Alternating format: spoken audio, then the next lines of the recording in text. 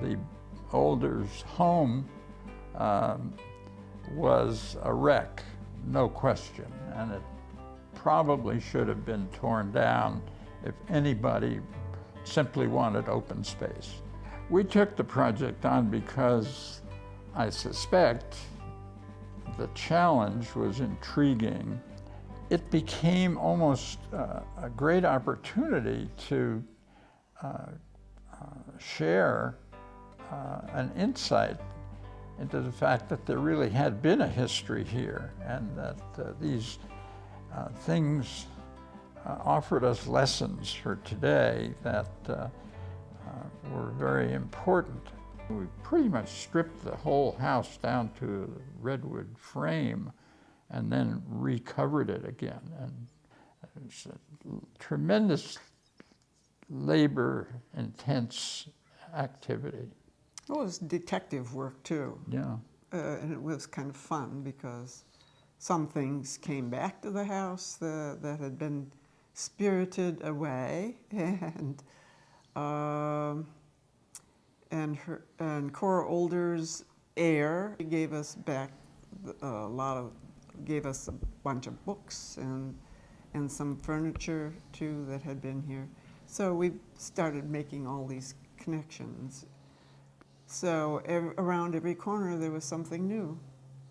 It gave us some insight into how you can add some layers of depth to the community, which in a sense was part of the mission we had taken on when we started community newspapers in the valley, because we made an effort to use those newspapers to enhance community organization and bring people together and give people a sense of belonging.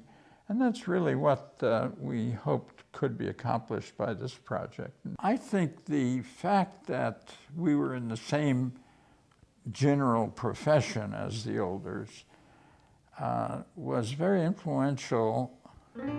Fremont Older, of course, was this very unique editor, and he was an editor at a very special time in journalism in a very unique city, San Francisco. The other thing about the architectural aspect of the house is that it had been and I can't remember whose quote this is, but some architectural historian looked at this and said this design was a rejection of the Victorian. And it was basically a kind of house being built around 1912 that was not being built anywhere else in the valley, and essentially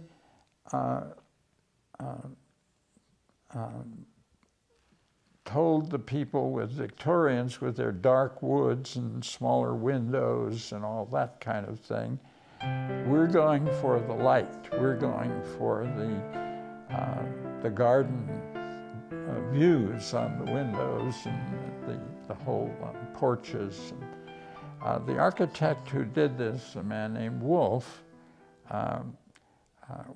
was very much into the Prairie School of architecture that Frank Lloyd Wright and other people like that were advocating, of letting the architecture fit the landscape. And that's why it's a flat roof with big windows and big doors and everything that isn't being made anymore. What I like best about the house is the light coming in at all times of the year. If there is sun out, there's plenty of sun around. Yeah, I would say the thing that I enjoy the best and will miss the most when we leave the house is the feeling of uplift that you get when you come out in a morning like today and just look around, and it is so satisfying to be in this kind of of landscape. It's like a tranquil island, and that you can't duplicate that very much in Santa Clara Valley. We're always very happy to open up the house to people who have an interest in this kind of restoration and preservation.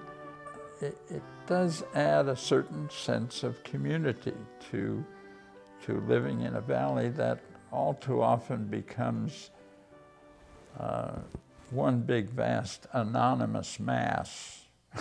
And so just as the open space district created a series of experiences for people to get away from their subdivision house or their condominium and get into a totally new atmosphere. I think the house serves that same purpose, and that's why we're always glad when they sell out the docent tours every year. So it's always a pleasure.